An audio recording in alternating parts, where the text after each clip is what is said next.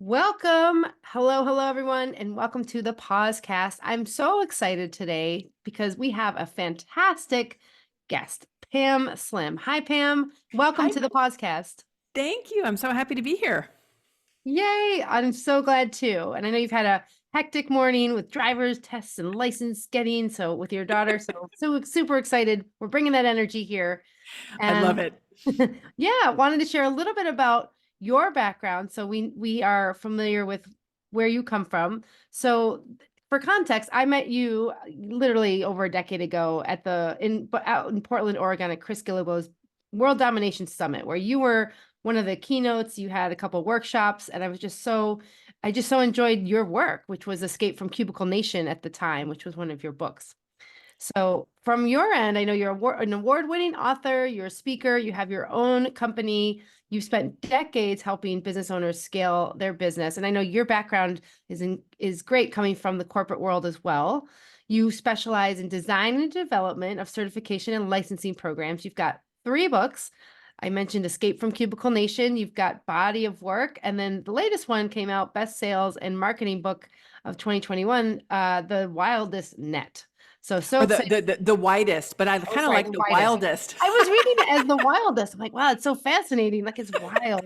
I like it. Let's change the The title. wildest, widest net ever. Yeah, the widest net. Awesome, awesome. And I know you co-founded a community lab with your husband in Arizona where I believe you live, right? And there's so much Yes.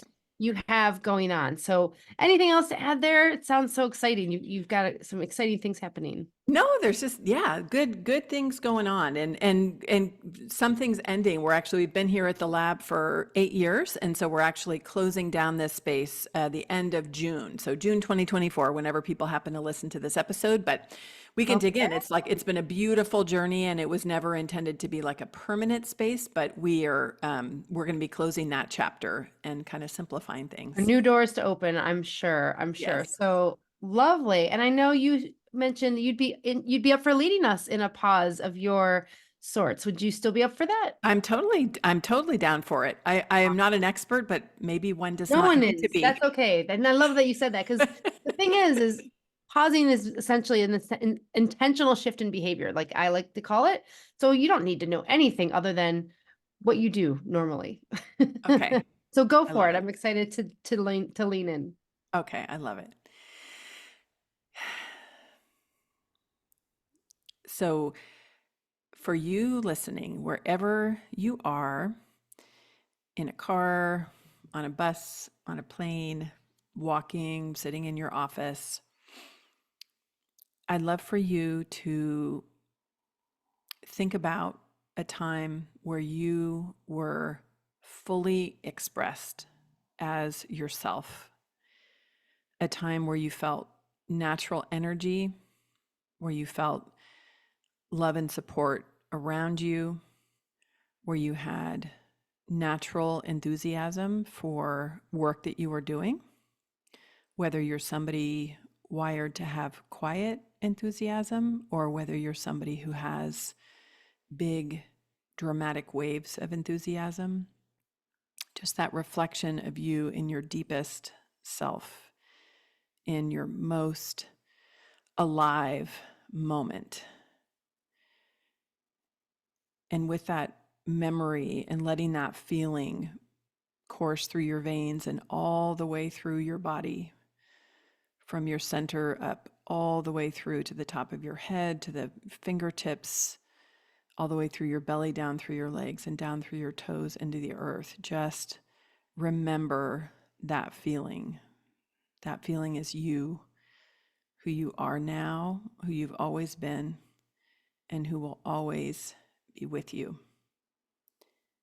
And when you forget for a moment, just come back to this memory, and there you'll be.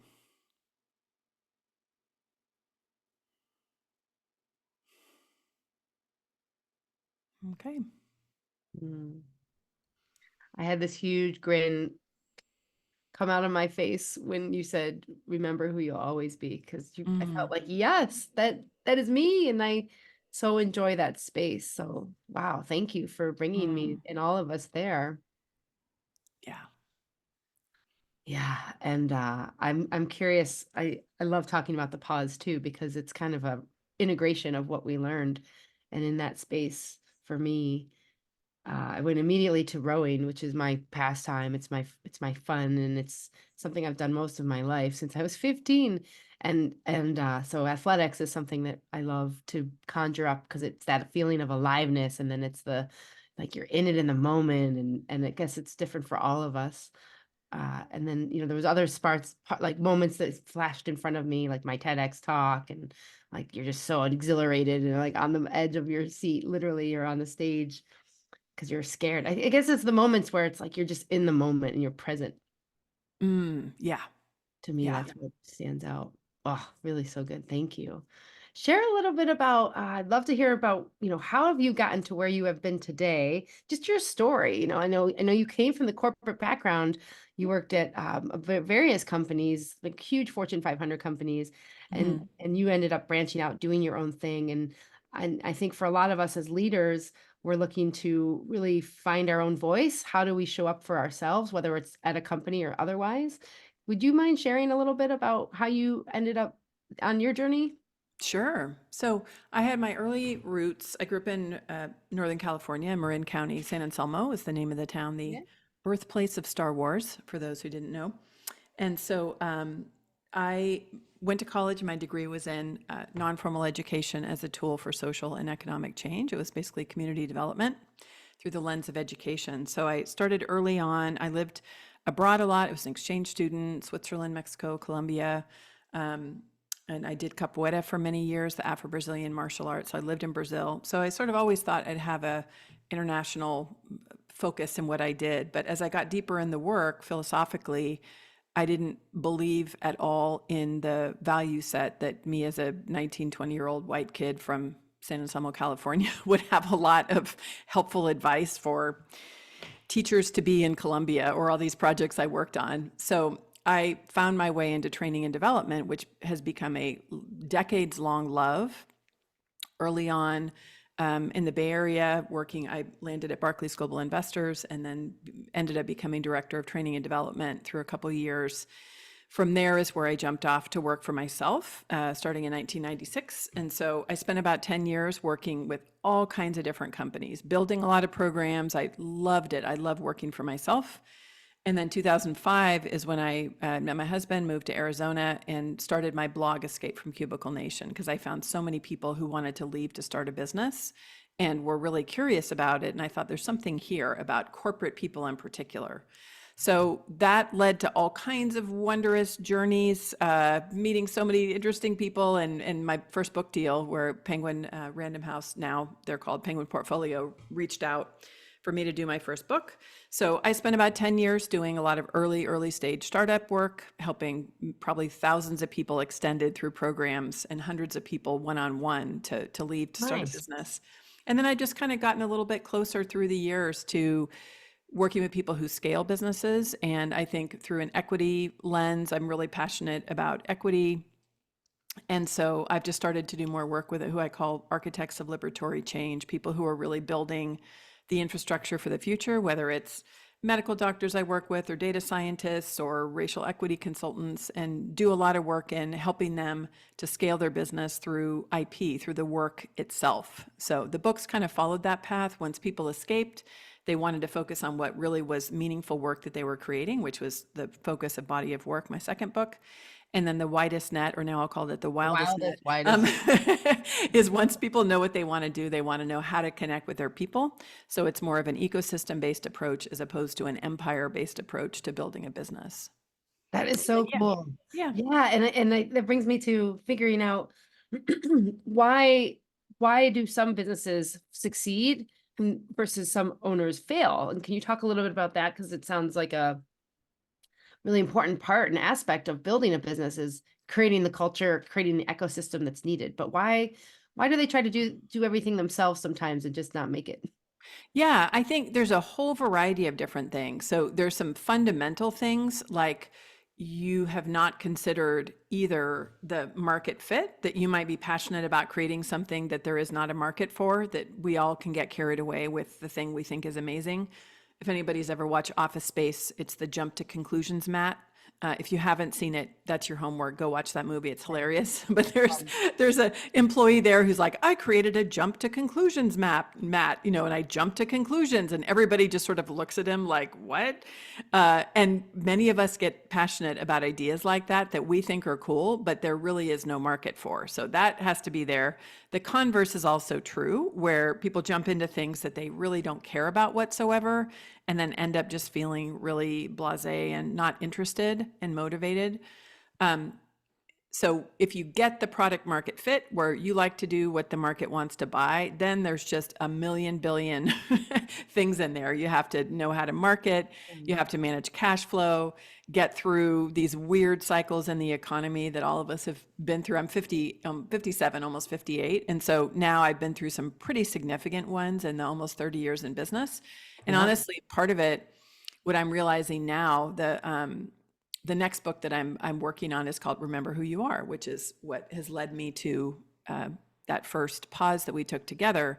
The main thing, the main quality that I think about us doing anything that's hard, because it's all hard for different reasons, right? Yeah. It's just really connecting with that innate power that we have and knowing ourselves and remembering what we are capable of and knowing that we have the fuel to get through whatever we need. That was the speech I just gave to my daughter who just got her driver's license today. Yay. And That's so and she important. was yeah, she You was feel a so little nervous nervous behind and the wheel for the first time getting a license.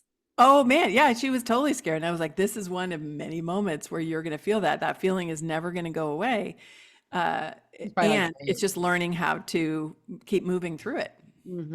Yeah, it doesn't need to be the showstopper, but that's so important knowing, yeah, it's remembering who you are and bringing that authentic version of you to your work and the building that you're in the creating that you're doing. And I think that one of the themes I know I think about a lot is authentic leadership, like being authentic, being true to who you are and knowing that that's okay. And you can bring that person with you, this real person of you, and not fear being vulnerable or showing up in your full authentic self. I think that's really important, and I think you speak about this a lot in terms of building community. Building community and being authentic is really important, and I feel like, especially if we're new at the job or we maybe just got into a new role or we're not really quite sure, we've got like maybe not our sea legs under us yet. It's hard to be authentic because we're trying to keep our guard up. We don't want people maybe to know us fully because we're scared that they might not like us or approve of us and things like that. So how do you build community and culture in an authentic way when knowing you're not really sure maybe what would that look like? Yeah, I think it's a little splitting hairs on terms, but I think you can be authentic and choose to not be vulnerable. So you can protect yourself, protect your Yeah, authenticity by not lowering good that point. barrier.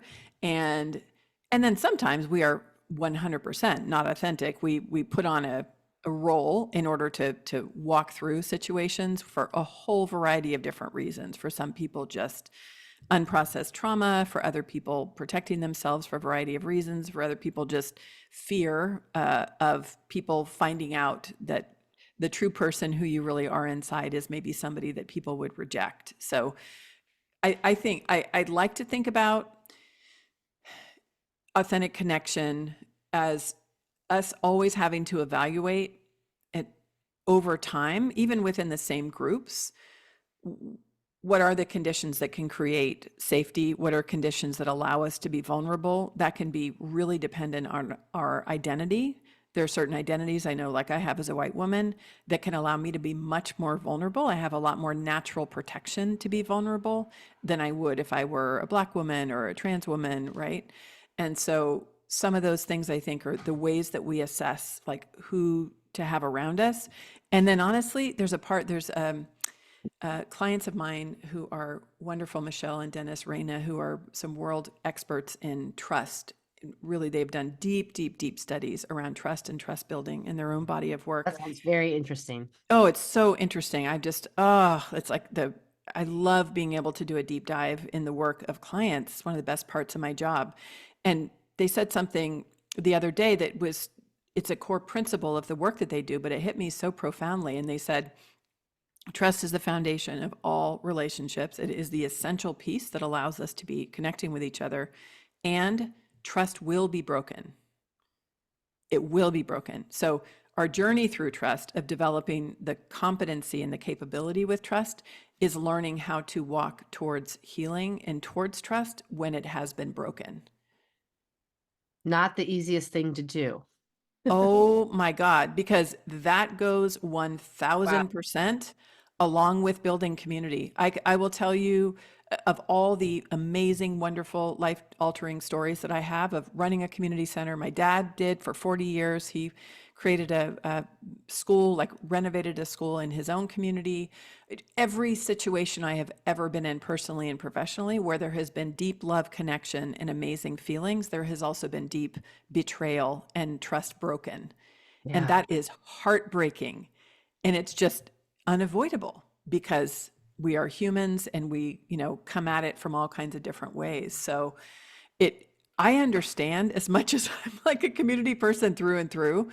I understand why some people are like, y'all are too complicated. Let me just create my little, Google generated SEO business that just Yeah. pours money into my account with Facebook ads so I never have to be hurt again. Like I understand that. And there are some days where I really get it, but it's Well, worth it. I think it's worth it in the long run. it's very worth it. It's such a great point because it's so easy to kind of just avoid or whatever our natural habits or patterns might be to to dodge that and not repair or just kind of be okay with maybe some broken trust, which isn't necessarily ideal for anybody. And if we go the extra mile, we actually show up and mend or repair in those ways with others, whether it might just be having a conversation, what are you thinking? What am I thinking? Maybe that's a good place to start. That's right. That's right. Because otherwise it just becomes very binary. And I've had this experience where I can just feel like, oh, might be, betrayed or something happens at just a total violation of values and things like that. And it can feel easier in the moment just to completely like cut all ties with that person, just like, oh, Yeah. they're off the list. And when you're looking at it in that binary way, that there are good people, I'm doing air quotes for those of you Right. just listening, they're good people who just generate trust at all times and never break it. And then there's air quote, bad people who break trust. We are both good and bad. We will have our hearts broken and have trust broken, and we will break trust with others if you're anything like me throughout the course of our lives. And so it's not saying that where there are certain people that can be dangerous that to us that really violate trust, that have very misaligned values or narcissistic tendencies, all those things, like it's Yeah.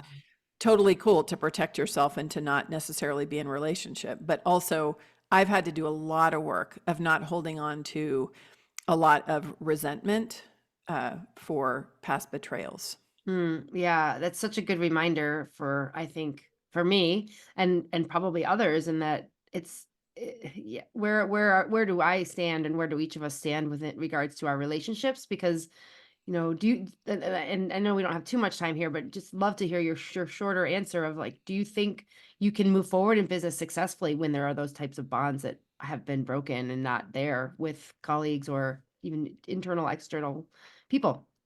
Yeah, I think it's about the radical candor. Who is it? Kim, I'm going to forget her name, Yeah, but Kim Scott. whoever wrote, yeah, Kim Scott wrote Radical Candor. I think that's a piece of it. Like it Yeah. is a choice that we can make to be in a type of relationship and in communication with people.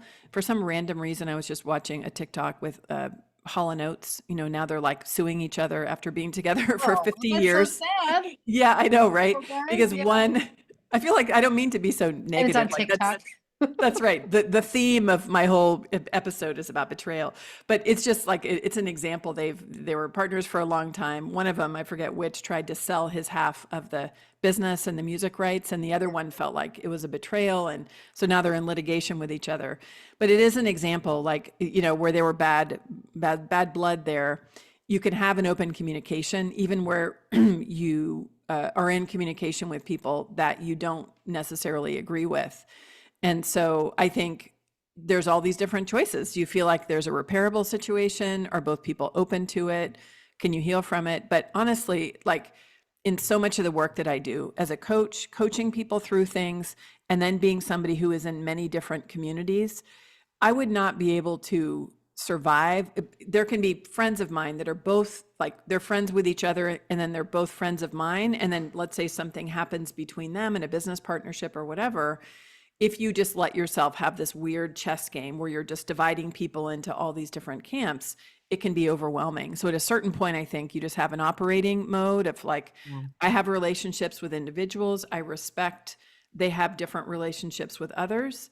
And then I'm going to make choices in harmony with my values. And those choices can change over time. And that's all you can do. Because there's a bigger purpose, I think, for a lot of the meaningful work that needs to happen in the world. We look at things that are happening right now, right? With war, things in Gaza and Israel and all of these things that are happening, like we can be all spun around in our little, fits about small things. And in the meantime, there's really major issues that we need to focus on. So that's part of what pulls me out sometime. We have bigger things to work on.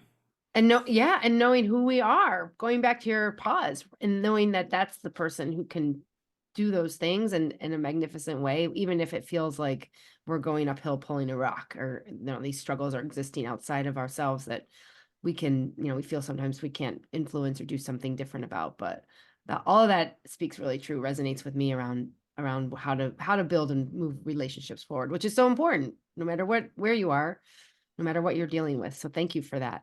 That's right. I know we're wrapping up here. We're keeping it short and sweet today, but where can we find more about you? And I know you have so much wealth of knowledge around marketing and just knowing who your customers are, businesses, like, where can we find more about you, and tell us a little bit more about this book that you're working on. Yeah, so you can find everything at pamelaslim.com that we'll probably put in the show notes, I Yep. imagine. So all my books and work, all of that, you can find there, and connections. I'm on LinkedIn as well, so that's a good place to connect socially. The next book is really, this definitely is one that has just called to me. Usually it takes me 7 to 10 years between books to be working on things. And this one just almost immediately spoke to me after I finished The Widest Net. So really, it is all the books have a connection with each other. People leave, they work for themselves, they get more deliberate about work, they need to find their customers. This really comes from where I spend 80% of my time as a coach, which is really in deep communication with people, helping them to connect to and remember who they are as they're walking through the hard parts of building a business. And I think I've always been a little judgy to myself into the genre of like a self-help book. But I honestly find that that's some of my favorite kind of writing to do. It's my favorite kind of, conversations. And really the vision that I've had for the book is really writing it for my kids as they're getting older, of just thinking about, we never know how long we're here, hopefully super Yeah. long time for all of us. But if not, I want them to have a guide to just think about for all these different situations they get themselves in. They feel over the hill, they feel unqualified, they're scared before their driver's test, that they get their heart broken the first time with a boyfriend or girlfriend, that they can have somewhere to go where I could be providing some advice that is nurturing and just makes them feel better in the moment. So I've actually applied to a writer's retreat in Scotland, in a castle in Scotland, That sounds great. to write it. That's my ancestral roots. So I'm like, ooh, what better thing to do than remember who I am, That's writing that book. incredible. What So a lovely pause, we'll see actually. if that happens. Yeah, that would be a month just doing nothing but writing in a castle with 5 other writers. So if that comes to pass, I will be very excited. If not, I'm going to make something like that happen for this book. And I don't think I'm going to take it a traditional route. All my other books have been traditional publishers, but I think I might just do this for me and for the book and see what happens. Love that you're switching it up. That's great. Well, Pam, thank you so much for being here today. So, so grateful for you. Keep doing your incredible work in the world, and we will see you soon. Thanks for having me, and thanks for your flexibility and support. Yes, so much. Thank you so All much. right, thanks.